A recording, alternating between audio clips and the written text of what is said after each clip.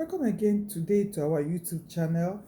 Last time we were looking at or we looked at recruitment, and we are taking these topics because it is very critical and very important at this time, because companies are having some openings that is coming up, and it's good for us to look at it so that managers and even people that are looking for jobs will be able to know that there are opportunities for them.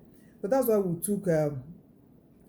took recruitment the last time. Now we are saying, let's look at the thing that follows after you have gone to your print media, you have gone to schools, you have used agencies or whatever, or you have outsourced your recruitment process.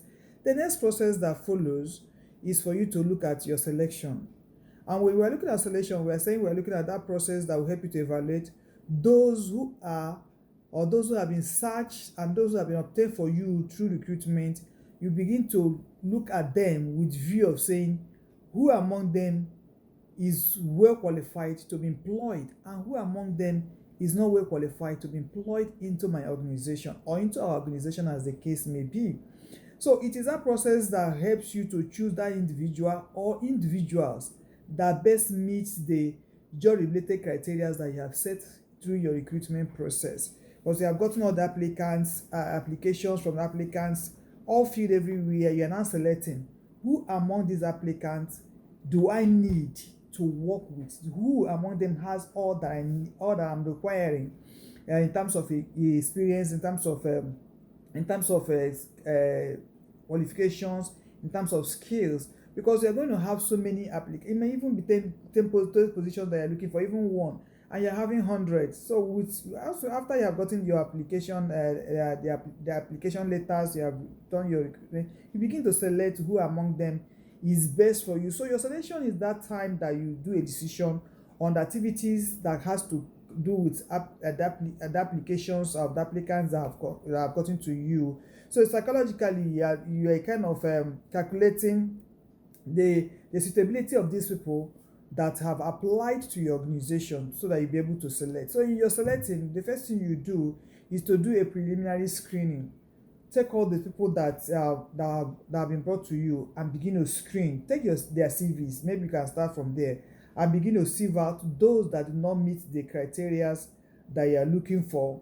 And so after you have gotten to those that met it, you can then take up application forms that are answer and begin to either call them back to give, or you begin to fill it yourself. Depends on this thing.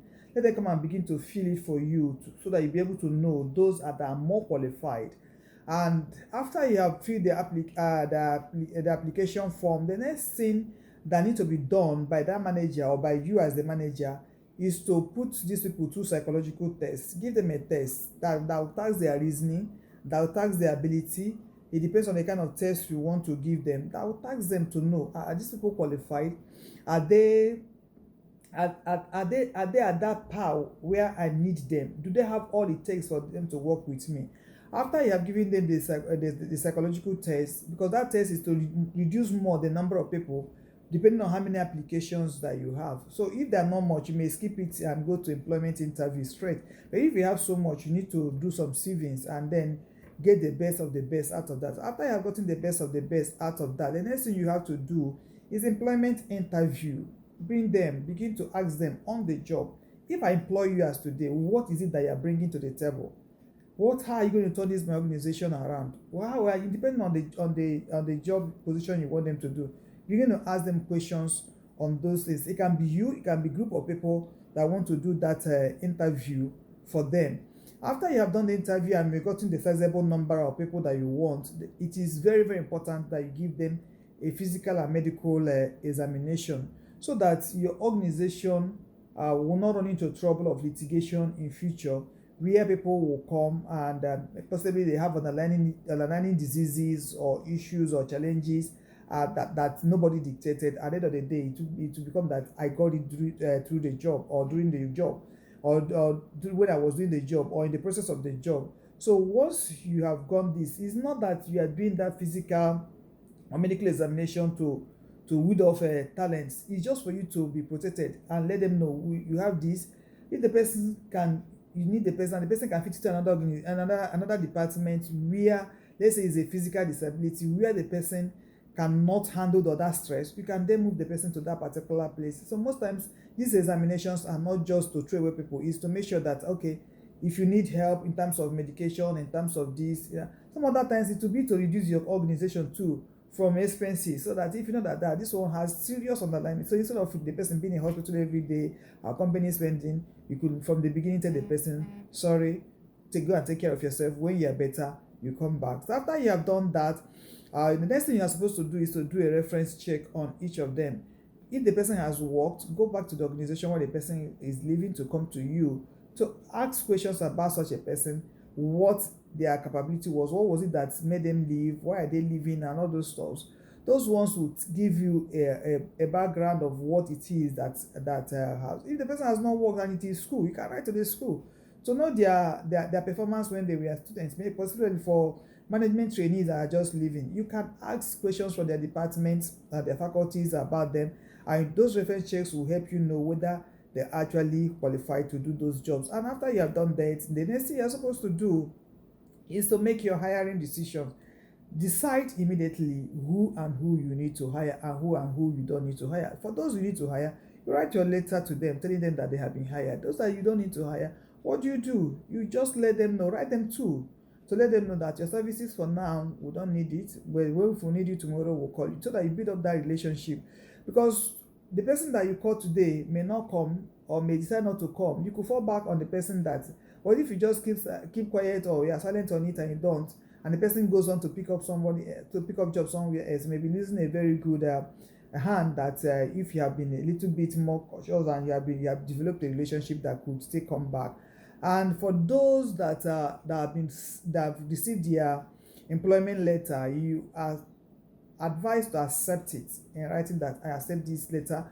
Just like if you're going to university, they will give you admission, they give you offer of accept, you accept before you now go to pay your school fees. You pay for the acceptance letter, then you pay for the same way. Accept that, write them back and say if they have a paper that they say you should fill it. And if there is rejection, please write also back to that organization to say, sorry, I will not be able to join you, either because I've gotten another job or because I am indisposed now, or whatever reason you have, or maybe because I have left the country, I would have loved to join you, so that if there is any need for you to come back and you still need to work with them, you didn't totally neglect them, and so they won't be feeling, okay, why is it not that nothing, so write them back to build up that good relationship. Then there are emerging selection methods that you can use also when you are doing your selection, because in recent times these emerging selections can be used in evaluating applicants, especially at this particular time. You could use your graphology to evaluate your applicant. You could use the assessment centers, send them to assessment centers also to evaluate the applicant. You can use work samples. If you say you can make a chair, give the person a chair to make. If you say you can make a Bible, give the person one job, make out one Bible. If you say you can sing, okay, give us a song. If you say you can do this, okay, tell us how you can sell this product. And so it's like a sample of the work, let the person do that work. Or you can use your polygraph and then begin to do all that you need to do and get the right answer to the questions that you need. After you have gotten that, the next thing you're supposed to do after you have selected people is to begin to place them at their positions. After a candidate has been selected from your selection process, depending on the one you use, please place that person on that suitable job that the person is qualified for. Don't place the wrong person on the right job or place the right person on the wrong job. Your placement is actually the posting of that your employee to a specific job. That specific job that you have advertised that is where this person fits into. Just make sure that person is placed on that particular job. Don't mismatch jobs, because that mismatchment of job could affect your organization one way or the other. Your placement is the process for you to assign the right candidates to the right job or the right position at the right time. So ensure your placement that the right person sits on the right position or is given the right job, so that you have a kind of people, the right people doing the right job, so that there won't be so much errors, mistakes, or people not being able to achieve the assigned target that be given to them because They are not cut out for that particular job. After you have placed them on their job, the next thing you're supposed to do is to take them through the socialization process, or what we call orientation. Some other people will call it induction process. Take them around the organization, let them know. Take them to know the units where they're supposed to be. Take them to know the job that they're supposed to do.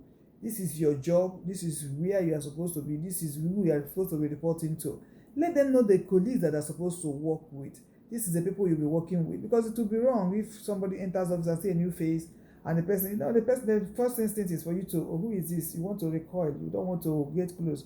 Some become very inquisitive and ask, who are you? And the person will get offended. Why ask me who am I? So it's good you take them around.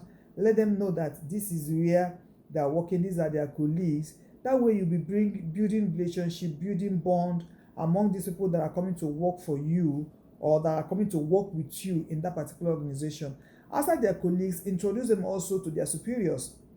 Let them know who they are reporting to. Even their juniors, let them know who is reporting to them, so that you don't see your boss on the or somebody gives you a job, you'll be like, who is this? Who are you? Why are you giving me?